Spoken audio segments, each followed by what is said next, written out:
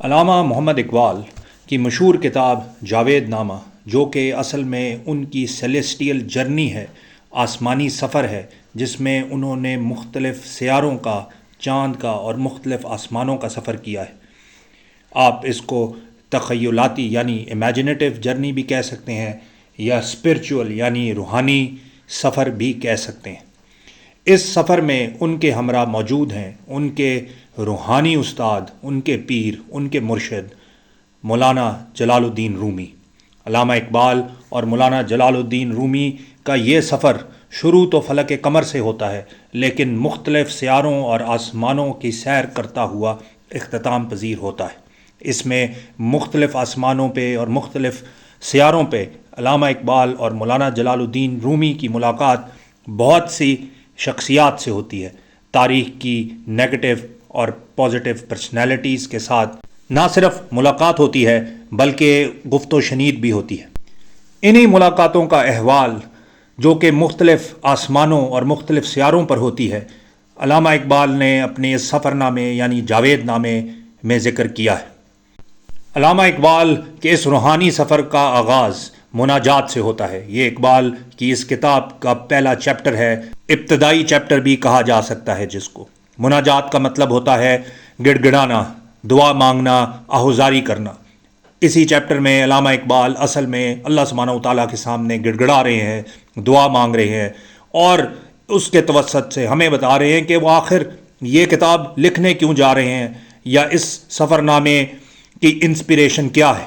علامہ اقبال کے نزدیک ان کے اس روحانی سفر یا سیلیسٹیل جرنی یا اسپرچول سفر کی اصل انسپریشن اللہ کے رسول صلی اللہ علیہ وآلہ وسلم کا واقعہ معراج ہے، اور اس کا ذکر علامہ اقبال نے اپنی اس کتاب میں بھی کیا ہے۔ جاوید نامہ کے اسی ابتدائی چیپٹر یعنی مناجات میں 50 سے اوپر شعر موجود ہیں۔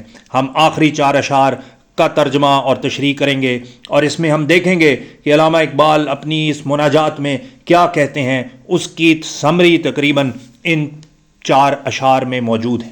اقبال کہتے ہیں: بحرم او از من کم اشوبی خطاست، آن کے در کرم فرو آید کجاست۔ بحرم، میں بحر ہوں، او از من، اور مجھ سے، کم آشوبی، کم آشوبی کا مطلب ہوتا ہے کم طوفان ہونا، یعنی طوفان کے کم ہونے کو کم آشوبی کہتے ہیں۔ خطاست، خطا ہوگی، یعنی میں ایک بحر ہوں، اور میرے سے اگر آپ یہ ایکسپیکٹ کریں کہ اس میں کم آشوبی ہو، طوفان کم ہو، اس کی لہروں میں طغیانی نہ ہو، تو یہ آپ کی خطا ہے۔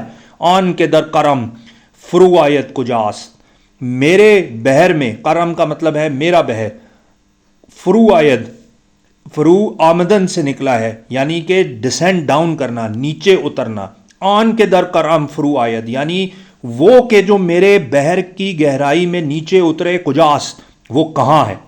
یعنی اقبال یہ کہہ رہے ہیں کہ میں ایک سمندر ہوں، ایک طوفانی سمندر، اور میرے پاس جو الفاظ کا بحر ہے اس میں ہر وقت آشوب برپا ہے، ہر وقت طوفان برپا ہے، ہر وقت طغیانی ہے اس میں۔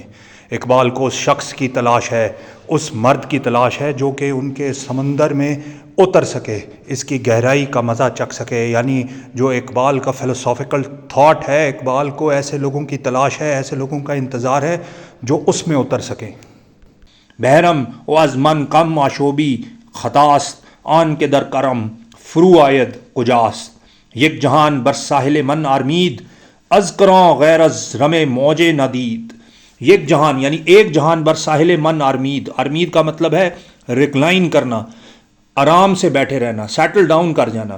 ایک جہان میرے ساحل کے اوپر آرام سے بیٹھا تماشا دیکھ رہا ہے۔ از کران، اور ایج کے اوپر، از کرانی، غیر از رم موج ندید، یعنی کہ موجوں کے آنے جانے کے علاوہ ندید، اس نے اور کچھ نہیں دیکھا۔ یعنی ایک جہان، ایک زمانہ میرے ساحل پہ بیٹھے بس آرام کر رہی ہے، اور وہ بس ساحل سے رم موج کے علاوہ، یعنی موجوں کے آنے جانے کے علاوہ اور کچھ نہیں دیکھ رہی۔ من کے نومیدم ز پیران کہن، دارم از روزے کہ می آید سخن۔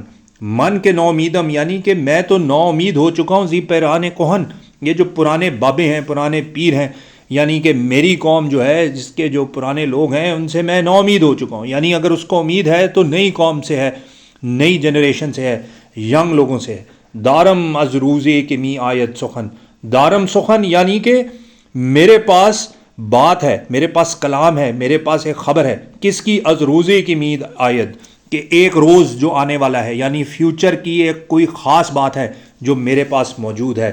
اور وہ پھر آخر میں دعا کرتے ہیں، بر جوانان سہل کن حرف مرا، بحر شان پایاب کن ظرف مرا، بر جوانان جوانوں کے اوپر، سہل کن آسان کر دے حرف مرا، یعنی کہ میرا جو حرف ہے، میرے اس طوفان، میرے جو سمندر میں، جو میرے الفاظ کے سمندر میں طغیانی اٹھتی ہے، اور اس میں قطن کم آشوبی نہیں ہے، جو اس میں آشوب اٹھتا ہے، اس میں سونامی اٹھتا ہے الفاظ کا، اس کو سہل کن کر دے، اس کو آسان کر دے جوانوں پہ۔